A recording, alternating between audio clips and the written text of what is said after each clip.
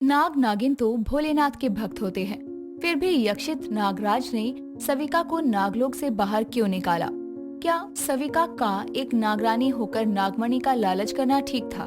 सारी सच्चाई जानने के बाद क्या यक्षित नाग उसे क्षमा कर पाएंगे? इन सभी बातों को जानने के लिए बढ़ते हैं कहानी की ओर।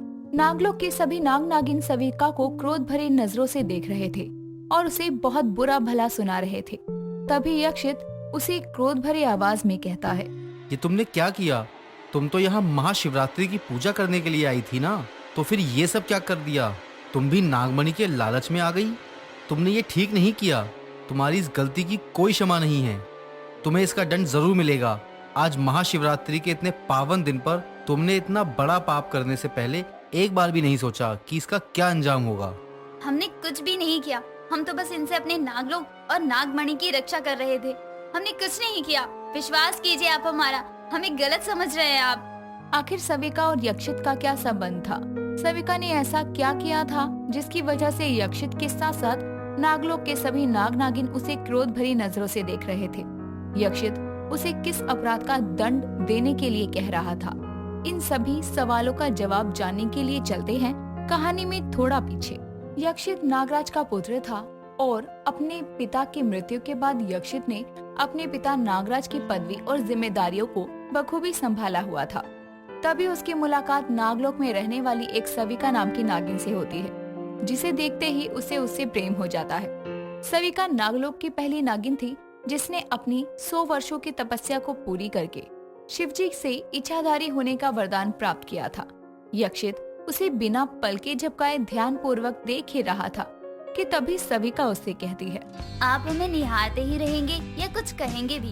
इतने ध्यान से क्या देख रहे हैं आप? इससे पहले कोई सुंदर नागिन नहीं देखी क्या आपने?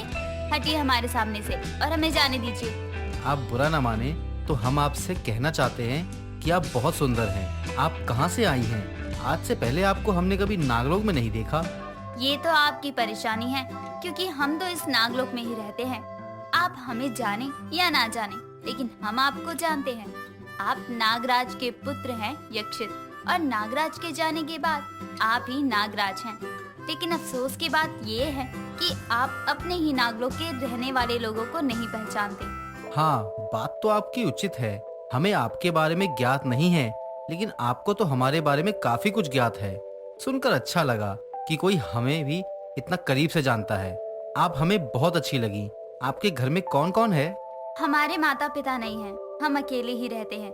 हमें भी आपसे बात करके अच्छा लगा, पर अभी हमें क्षमा कीजिए, हमें पूजा के लिए देरी हो रही है। हम चलते हैं, आपसे फिर बाद में मिलेंगे। सविका इतना कहकर वहाँ से चली जाती है। थोड़ी देर बाद यक्षित भी अपने भवन में लौट आता है, लेकिन सविका की तस्वीर उसकी आंखों में बस जाती है। समय बीतता है और समय के साथ यक्षित सविका के सामने विवाह का प्रस्ताव रखता है, जिस पर सविका भी हाँ कर देती है और नागलोक के सभी नाग नागिनों के सामने शिव मंदिर में दोनों विवाह के बंधन में बंध जाते हैं। दोनों एक दूसरे के साथ बहुत खुश थे। कुछ समय और बीतता है। तभी एक दिन एक गुरुजी उससे मिलने के लिए उसके भवन में आते हैं, जिन्हें देखकर यक्षित कहता है, मुनिवर, आप यहाँ कैसे? आपको कोई आवश्यकता थी तो मुझे बुला लिया होता, मैं खुद अपने आप चला आता। आपने क्यों कष्ट किया आने का? यक्षित नागराज, हम तुम्हें और तुम्हारी नागरानी को आशीर्वाद देने आए हैं। तुम्हारे विवाह की सूचना मिली तो सोचा तुमसे मिले, और हमें तुमसे कुछ महत्वपूर्ण विषय पर वार्तालाप करनी थी। जी गुरुजी, आइए चलिए, आप मेरे कक्ष में चलिए, वहीं बैठकर आराम से वार्तालाप करते हैं। यक्षित इतना कहकर अपने सभी दास दासियों को उसके कमरे में आने से मना करके गुरुजी को अपने साथ अपने कक्ष में लेकर जाता है और कहता है, हाँ, अब बताएं गुरुजी, आपको हमसे किस विषय में वार्तालाप करनी थी, जिसके लिए आपको यहाँ तक आना पड़ा? नागराज, आप तो जानते हैं ना कि महाशिवरात्रि आने वाली है, और नागलोक में महाशिवरात्रि का कितना महत्व होता है। हर बार आप अकेले ही पूजा करते थे, लेकिन इस बार आप पूजा अपनी नागरानी के साथ करेंगे। और नागमणि तो सुरक्षित है ना? और ये राज किसी को पता तो नहीं है ना कि नागमणि आपकी जानकारी में है?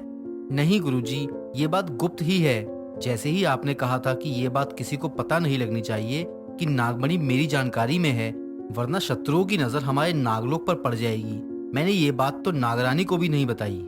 ये आपने सही किया है। ये बात जितनी गुप्त रहे उतना ही अच्छा है, क्योंकि जिसके पास नागमणि होती है वो हमेशा के लिए अमर हो जाता है, इसलिए आपको चिंता करने की कोई आवश्यकता नहीं है। लेकिन महाशिवरात्रि वाले दिन सभी नाग नागिनों को उसका दर्शन करवाना आवश्यक है। उसकी सुरक्षा आपकी जिम्मेदारी है। गुरुजी आप सही कह रहे हैं, आप चिंता ना करें। मैं नागमणि की रक्षा अपनी जान से भी ज्यादा बढ़कर करूंगा और महाशिवरात्रि की पूजा में कोई विघ्न नहीं आएगा। जब आज तक नागमणि पर कोई आंच नहीं आई तो आगे भी नहीं आएगी।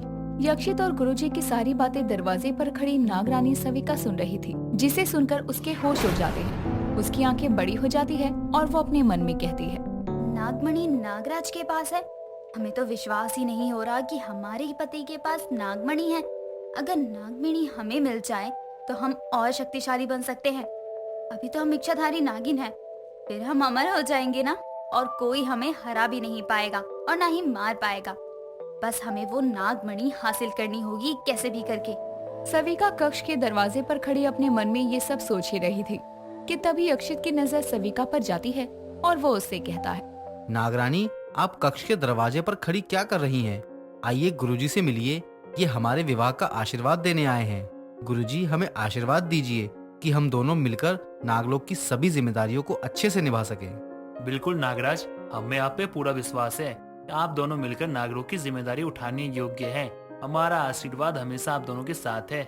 गुरुजी इतना कहकर वहाँ से चले जाते हैं, जिसके बाद यक्षित इस बात से अनजान कि सविका के मन में नागमणि को लेकर लालच आ गया है। वो उसे बता देता है कि नागमणि नागलोक के शिव मंदिर में शिवलिंग के पास एक नाग नागिनों के जोड़ों की निगरानी में रखी हुई है, जिसे सुनकर सविका बहुत खुश होती है। समय बीतता है और महाशिवरात्रि का दिन आता है। नागलोक के सभी नाग नागिन शिव मंदिर में पूजा करने के लिए आने ही वाले थे कि तभी सविका उनके पहुंचने से पहले ही खुद मंदिर पहुंचकर शिवलिंग के पास जाकर नागमणि को ढूंढना शुरू करती है। तभी उसकी नजर शिवलिंग के नीचे रखी एक चमकती चीज पर जाती है, जो कि कुछ और नहीं नागमणि थी। और जैसे ही वो उसे उठाने के लिए आगे बढ़ती है, तभी नाग नागिन का जोड़ा अपना फन फैलाकर शिवलिंग को घेर लेता है और अर्धनागिन रूप में आकर कहता है, नागरानी आप इस नागमणि को हाथ नहीं लगा सकती है, सिर्फ इसे नागराज ही हाथ लगा सकते हैं। और आप ऐसे चोरी चुपके से नागमणि को उठाने क्यों आई हैं? अभी तो नागलोक के कोई नाग नागिन भी नहीं आए हैं। वो हमें नागराज ने ही कहा था कि हम नागमणि उठा लाएं, इसलिए तुम हमें ये नागमणि दे दो, हमें देर हो रही है। ऐसा नहीं हो सकता है, क्योंकि नागराज को पता है कि नागमणि शिवजी की धरोहर है और उन्होंने ही हमें इसकी रक्षा के लिए यहाँ रखा है और कभी नागमणि को मंदिर से बाहर नहीं ले जा सकते। बस महाशिवरात्रि वाले दिन ही से शिवजी के पास रखकर इसकी पूजा की जाती है, इसलिए हमें क्षमा कीजिए, हम आपको नागमणि नहीं दे सकते हैं। ठीक है, अगर आप लोगों को हमारी बात पर विश्वास नहीं है तो अब नागराज खुद ही आएंगे और आप लोगों से ये नागमणि लेकर जाएंगे। सविका इतना कहकर मंदिर से बाहर चली जाती है और थोड़ी देर बाद नागराज का रूप धारण करके मंदिर में आती है और नागमणि को उठाने जाती है। तभी उसे जोर से झटका लगता है और वो जमीन पर गिर जाती है और अपने असली रूप में आ जाती है। वहाँ पर नागमणि के रक्षक आते हैं और उसे रोकते हुए कहते हैं, नागरानी आपको क्या लगता है कि आप नागराज का रूप धारण करके इस नागमणि को प्राप्त कर सकती है? लेकिन आप भूल गई कि आप सिर्फ उनका रूप धारण कर सकती है, लेकिन उनका साफ हृदय नहीं और पाप भरे मन से नागमणि को हाथ नहीं लगा सकती हैं आप। इसलिए आप यहाँ से चली जाइए और नागमणि का ख्याल निकाल दीजिए अपने मन से। मैं बिना नागमणि लिए यहाँ से नहीं जाऊंगी, फिर चाहे मुझे इसके लिए तुम दोनों को मृत्यु के घाट ही क्यों ना उतारना पड़े। सविका इतना कहकर जैसे ही दोबारा से नागमणि को उठाने जाती है, तभी दोनों नाग नागिन उस पर हमला कर देते हैं। लेकिन सविका एक इच्छाधारी थी और बहुत ही शक्तिशाली नागिन थी, जिसके कारण दोनों नाग नागिन उससे ज्यादा समय तक अपना बचाव नहीं कर पाते और कुछ ही समय में वो दोनों मौत के घाट पर उतर जाते हैं और नागमणि को दोबारा वो उठाने लगती है। तभी नागराज वहाँ नागलोक के सभी नाग नागिनों के साथ महाशिवरात्रि की पूजा के लिए आते हैं, जहाँ वो नागमणि के रक्षकों की लाश और सविका को नागमणि के पास देखकर दंग रह जाते हैं। तभी सविका सबको कहती है, हमने कुछ नहीं किया, हम सच कह रहे हैं। सब कुछ हमारे आमने सामने है, उसके बाद भी आप हमसे झूठ बोल रही हैं। आपको जरा भी ज्ञात है कि आपने कितना बड़ा अपराध किया है? एक नागरानी होकर आप नागमणि की लालच में आ गईं, बल्कि आप तो जानती हैं कि इस नागमणि और नागलोक की रक्षा करना ही हमारा धर्म है। उसके बाद भी महाशिवरात्रि वाले दिन आपने उनके भक्तों को अपनी लालच के चक्कर में मौत के घाट उतरवा दिया। ऐसे मनाती हैं आप अपनी महाशिवरात्रि?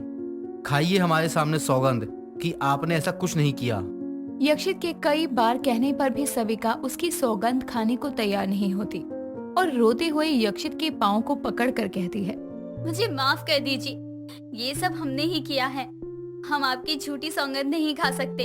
उस दिन हमने आपकी और गुरुजी की सारी वार्तालाप सुन ली थी, जिससे हमारे मन में नागमणि को पाने का लालच आ गया था, जिससे हम और ज्यादा शक्तिशाली और अमर हो जाएं। हमें क्षमा कर दीजिए, हमसे बहुत बड़ा अपराध हो गया। आपका अपराध क्षमा करने योग्य नहीं है। आपने आज महाशिवरात्रि वाले दिन बहुत बड़ा पाप किया है, इसलिए नागराज होने के नाते हम दंड के रूप में आपसे सारे रिश्ते तोड़ते हैं, साथ ही आपसे आपकी सारी शक्तियां छीनकर इस नागलोक से हमेशा के लिए निष्कासित करते हैं।